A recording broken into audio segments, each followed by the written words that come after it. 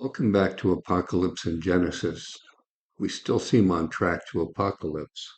The question is whether we'll see Lucifer on an equinox or a solstice. Today I wanted to look at a Bible verse that seems to talk about life after pole shift. Isaiah 11:6 is a prophecy that describes the peaceable kingdom that arrives with the return of Christ, the Lamb of God, whom we have also seen portrayed as an Aries dragon. It harkens back to the Garden of Eden before death entered the world with the slaying of Abel, El, another name of the Sun King.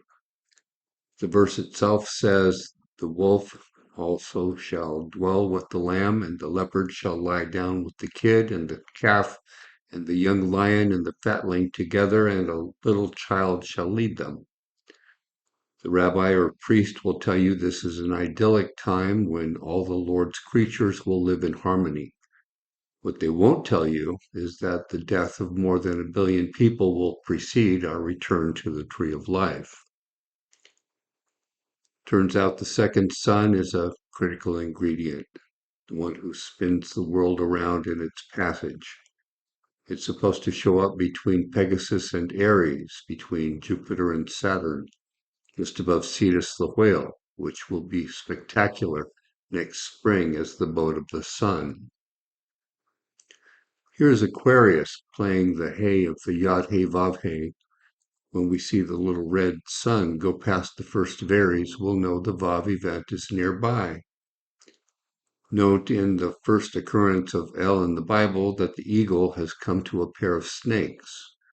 I believe the Aleph will be Nibiru Marduk, the brown dwarf star, and the snakes in this case are a reminder of Jupiter and Aries and Saturn leaving Capricorn.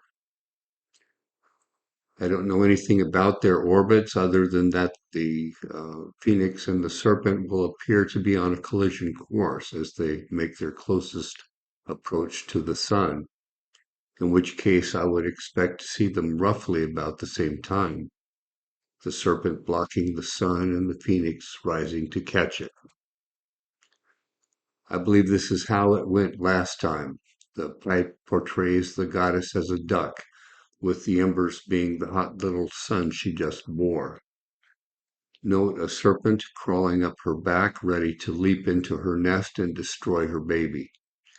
The rattlesnake has 3 diamonds, which could be a double entendre for how it happened in Orion and leads to a 3-year cataclysm as the 2 witnesses destroy and scorch the earth for 1,260 days or 42 months or 3.5 years, depending on where you look in the Bible.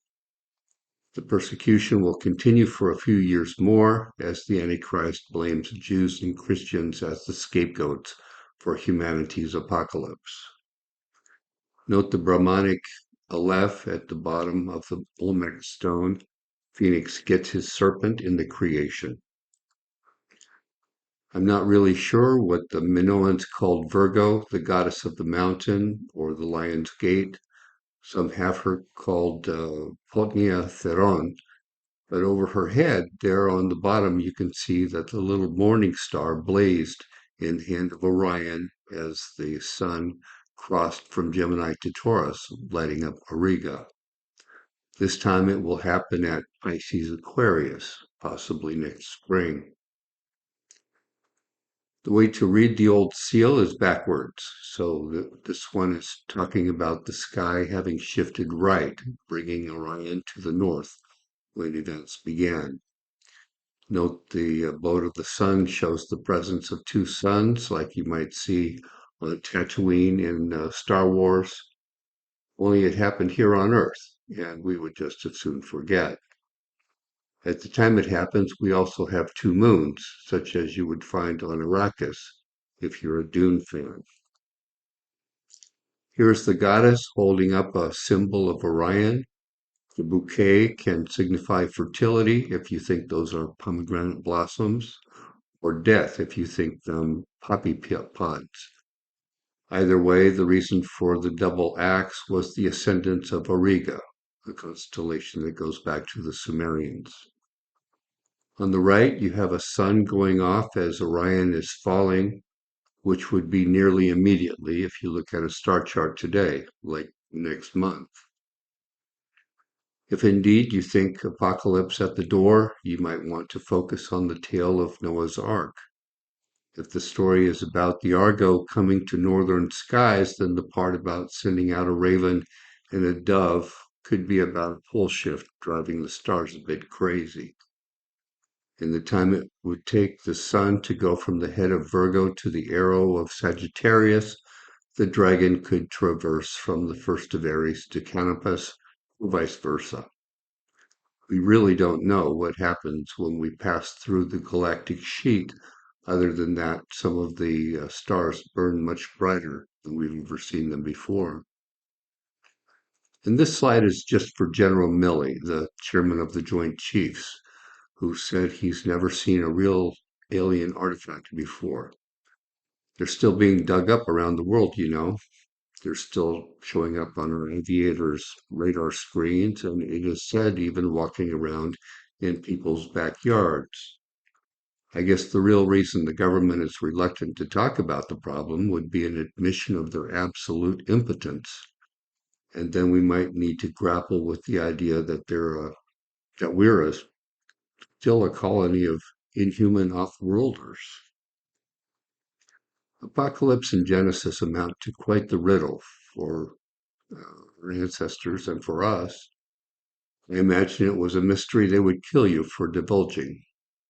Fortunately, they left nearly enough talk around in the literature to provide us a glimmer of our near future.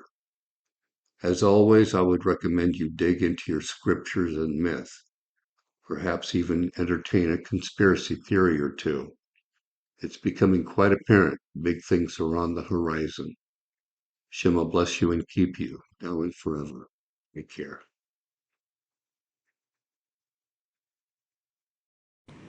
Mira, aquí está este cráneo. Chécate las facciones, el pegamento que tienen los ojos de obsidiana. Tiene como un cuernito, una crestita. Y acá tiene un ser que es como si fuera su rey, con el símbolo de él, ¿verdad? Igual es de obsidiana este círculo y tiene pegado un pegamento orgánico que se puede datar. Y es como una especie, aquí vemos toda la erosión que tiene, todos estos puntitos. Mira, ahí podemos ver claramente la erosión que tiene el material. Es una especie de vidrio volcánico. Aquí podemos ver cómo se ve ante la luz. No es que está pesadito, pero está muy padre.